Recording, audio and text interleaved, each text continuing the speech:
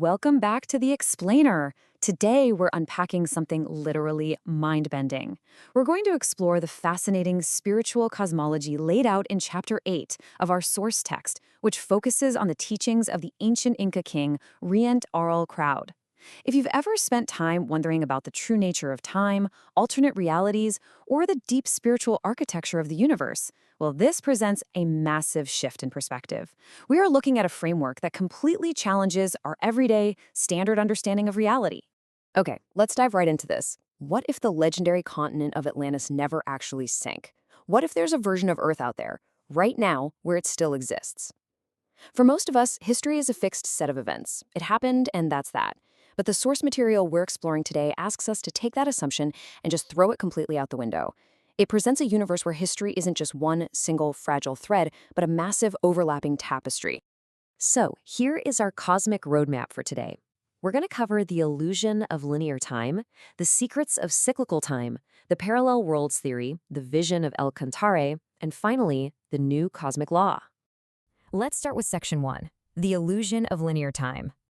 We normally think of time like an arrow, right? Shooting straight from the past, passing through the present, and heading off into the future. A total one-way street. But the source material argues that our arrow of time is actually an illusion. Time is cyclical. It's circulating and returning, much more like a giant cosmic wheel. So time doesn't just shoot forward into the void, it comes all the way back around. Which brings us to Section 2, Secrets of Cyclical Time. The text presents a really wild implication of this cyclical loop. It says, in the universe, time is circulating, so future Earthlings are actually aliens from the past. In a straight-line universe, time travel is, paradoxical and confusing. But in a cyclical universe, as technology advances, travelers from our future can just navigate the natural curve of the cosmic wheel and arrive in our past. The source asserts that what we might consider extraterrestrials visiting Earth's past are actually, in some cases, highly advanced future versions of humanity, just riding the cyclical currents of time. Moving on to Section 3, the parallel worlds theory. So how does this circulating time actually play out? Well, the text explains it's all about choices, and the universe certainly isn't predetermined. First, we humans are constantly making choices. Second, every single time a significant choice or judgment is made, a branching point is created in the timeline.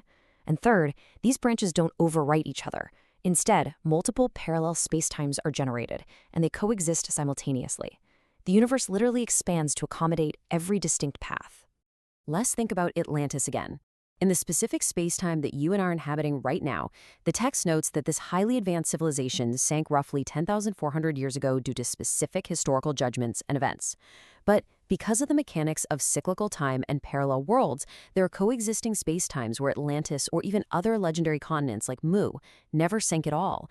They exist concurrently, just in a perilous spacetime that we can't directly access from where we're sitting. That leads us into Section 4, the vision of El Cantare.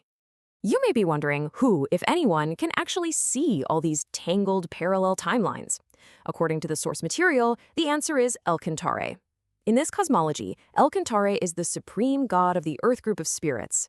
While we humans are locked into our one specific branch of space-time, El Cantare operates completely outside of those limitations. The text claims El Cantare is uniquely capable of perceiving the absolute entirety of this multidimensional cyclical structure, seeing every branch, every loop, and every parallel world all at the exact same time. So, the crucial point is just how vast this vision truly is. And the text makes a very bold claim here.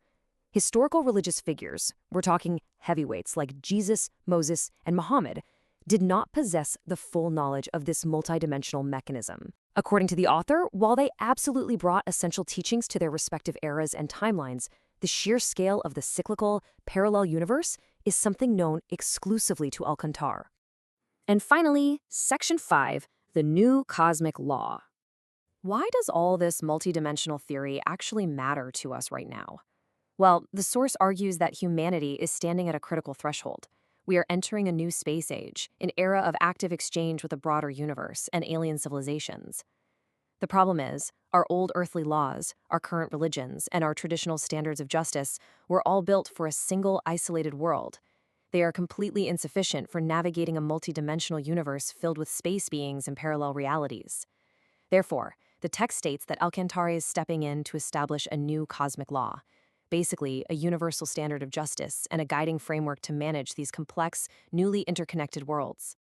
To put the importance of this moment into perspective, the text drops a massive number on us: 150 million.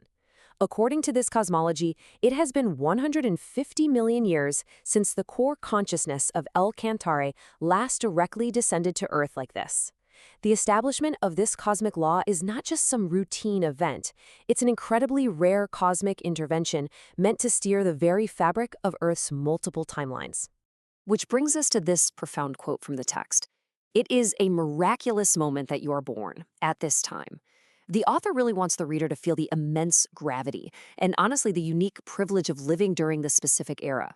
Out of the millions of years and the countless parallel branches of history, being present for the formulation of the cosmic law by Cantare, well, the author describes this as a true cosmic miracle. So, this leaves us with a massive question to ponder. We've journeyed from a simple arrow of linear time to a circulating wheel of parallel worlds. We've explored the perspective of supreme beings and the pressing need for universal justice.